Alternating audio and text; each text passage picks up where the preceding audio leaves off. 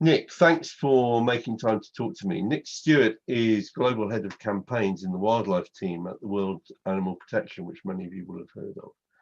Nick has been around this field for a long time. Nick, we've got sessions on demand about animal welfare, and we've got a major session on biodiversity at WTM next week. I wanted to ask you about how you think we can build tourism back in a better way to benefit the animals that we have the pleasure to share this earth with us. And if you could, just to reflect on, and we see wild animals in two ways, don't we? We see them actually in the wild when we go on safari or go to look at tigers in the wild and so on. And we see them in, if you like, captive environments. How do you think we need to change tourism to make it better for these wonderful species with which we share the earth? Thanks, Harold. Well, first of all, just to say thank you for the opportunity to speak to you about this issue. It's a great question. Let me first of all, I suppose, say that COVID has shone a harsh light on our relationship with wild animals, whether they're in captivity or in the wild. And I think that we need to fundamentally address our relationship to biodiversity, but also to the individual animals, the individual sentient animals we share this planet with. And for me, that means moving towards a kind of more respectful tourism that appreciates wild animals without exploiting them, and a tourism that helps keep wild animals in the wild. So I think it means a couple of things in practice. It means ending or phasing out sale and support of inhumane wildlife entertainment attractions, so things like elephant rides, selfies with sloths or tigers, lion cub petting or walking, swimming with dolphins, circus style shows, any of that kind of thing, and transitioning to an offer that is a responsible tourist experience instead. So these are the genuine sanctuaries and rescue centres that help people appreciate animals in a captive setting, but are putting those animals first, because it's about repatriating those animals back to the wild, or they've genuinely rescued them and putting them into a better situation. Or it's about moving to a model where really, what we should be seeing in the future is a wildlife friendly approach, where it's about well-managed wild excursions only, and experiences in the wild that help contribute to conservation, don't put animal welfare at risk, and really help tourists and travellers to appreciate wild animals for what they are, which is wild. I like the idea of treating wildlife with respect. I mean, clearly we haven't done that. We've rather tended to exploit it, I think, whether through hunting, through consumptive tourism, or much of the non-consumptive tourism too. I mean, people go hunting with cameras, don't they, and have the same kind of effect often on the, they may not kill the animal, but they may make it difficult to feed or breed. Can I ask you where you think the industry is making progress? Where would you point to, for example, as a good practice, Nick?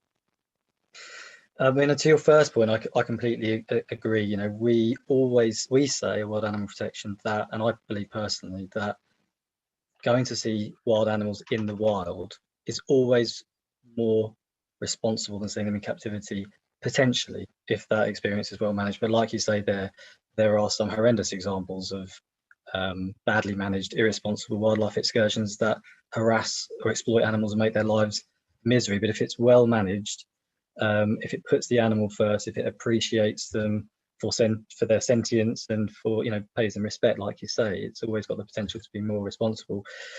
As for efforts that the industry is making to protect wild animals, I mean, we recently released a report based on independent research from the University of Surrey's team called Tracking the Travel Industry, and that ranked 14 of the world's leading travel companies by their wildlife friendly commitments, and the report is really a benchmark that we'll be looking to repeat regularly, with the purpose of driving up animal welfare and encouraging accountability and transparent reporting as well. And that report, we looked at companies' policies, we looked at whether those policies are being implemented, we looked at whether or not they're reporting against measurable, transparent targets, and whether or not they're engaging with the public and making genuine efforts to educate tourists about what's wrong and what's right. And what I can say is some companies are doing really well against all of those areas. There are others that lie in the middle and have taken some steps, and others that have yet to take any steps at all on animal welfare. But I think what the report really highlights is that it is a journey and there is room for improvement in even the highest scoring companies, but there is clearly a really urgent need for those at the bottom of that ranking to put animal welfare on their agenda at all, because it's not there. And we've got companies like, at the top, we saw the Travel Corporation doing really well in joint second place. We saw Booking.com do really well, and we saw Airbnb come out at the top of the list, but there are many other companies that should follow their lead.